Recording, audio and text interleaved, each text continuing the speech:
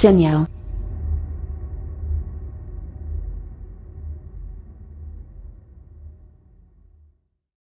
Nah, yang berikutnya adalah rekonstruksi. Jadi kalau rekonstruksi itu kebalikannya dari sampling. Ya. Jadi yang kita punya itu digital, XN, kemudian kita pengen dapat sinyal kontinunya. Jadi kita konversi nanti deretan, kita perlu bantuan periode sampling juga, ya. Kemudian kita perlu filter rekonstruksinya, ya, HR J omega. Nah, filter rekonstruksi ini itu berupa filter low pass ideal, ya. Persamaannya adalah seperti ini.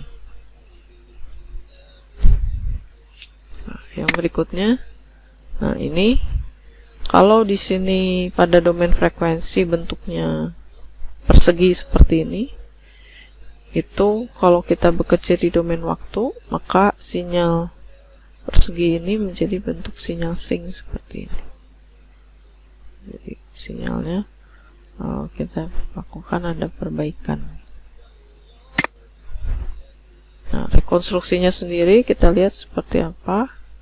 Nah, ini misalnya ini sinyal digital kita, kemudian kita kalikan nanti dengan filter rekonstruksi, ya, filter rekonstruksi yang bentuknya sync seperti tadi. Jadi tiap impuls ini nanti berupa sinyal sync di domain waktu, ya. Nah, sinyal impuls kedua juga begitu, ketiga dan seterusnya juga begitu. Kemudian kita jumlahkan semua sinyal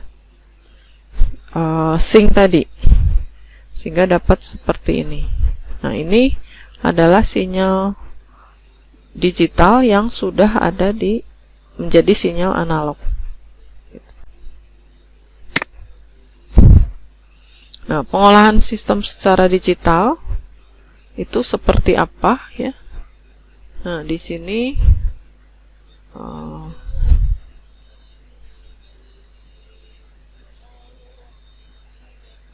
kita lihat ada konverter ke digital, ya, dari continue ke digital. Kemudian ini kita proses, hasilnya berarti kan masih digital. Ini kita konversi lagi dari digital menjadi analog. Jadi tetap ada dua langkah untuk menganalisa sistemnya. Ya, nanti ini Anda bisa baca, ya, teorinya. Nah, catatannya di sini, sistem waktu discrete linear dan tidak berubah terhadap waktu, ya. Kemudian sinyal masukannya harus punya lebar bidang frekuensi terbatas. Kemudian frekuensi pencuplikan cukup tinggi agar tidak terjadi aliasing. Nah, berikut ini adalah pencuplikan real. Jadi kenyataannya seperti apa, gitu. Nah, ternyata sinyal impuls yang kita punya itu tidak berupa sinyal jarum seperti tadi ideal, tapi dia ada lebarnya begini. Itu lebarnya tergantung Anda seringnya seperti apa, gitu, ya.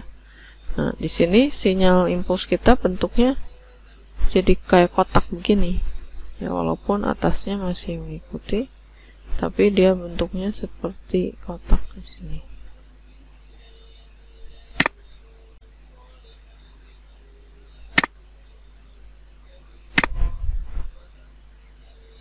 Nah, yang berikutnya ini adalah sinyal sampling dan hold-nya. Jadi kalau tadi di slide sebelumnya di sini dia amplitudonya masih mengikuti sinyal yang disampling. Kenyataannya tidak begitu, tapi dia berupa kotak seperti ini. Jadi terjadi perubahan juga di amplitudo yang disampling. Nah, begitu. Nah, kemudian yang berikutnya ini sampling and hold. Jadi sesudah kita sampling, kita simpan, gitu, ya. Nah, ini rekonstruksi real, ya. Ini lebih real lagi. Ini ternyata seperti ini nih sinyal sampling kita, ya. Nah, sampai sini ada yang mau ditanyakan dulu?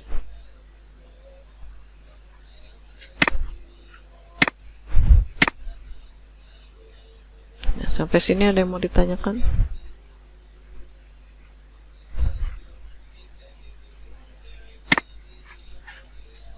Nah, filter itu punya 3 parameter untuk mengukur performansinya. Filter harus punya roll off yang cepat, kemudian daerah passbandnya kalau bisa tidak ada ripple, dan daerah stop band itu punya redaman yang baik. Nah, masing-masing kita lihat. Nah, contoh ini ya, filter yang buruk, ya, daerah transisinya ini landai, roll off-nya terlalu lambat ya. Yang bagus itu dia yang cepat berubah dari pass ke stop band. Kemudian ini adalah kita lihat pada daerah pass band. Ini yang buruk itu kalau ada ripple. Yang bagus itu justru dia flat, gitu, rata. Kemudian ini kita lihat untuk sisi stop bandnya. Ini yang buruk, daerah stop bandnya itu ripple-nya besar.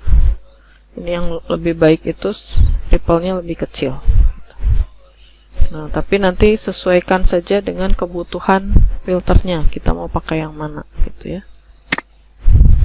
Oke, jadi materi kita hari ini sampai sini dulu, ya. Nanti UTS berarti sampai materi kita sekarang terakhir.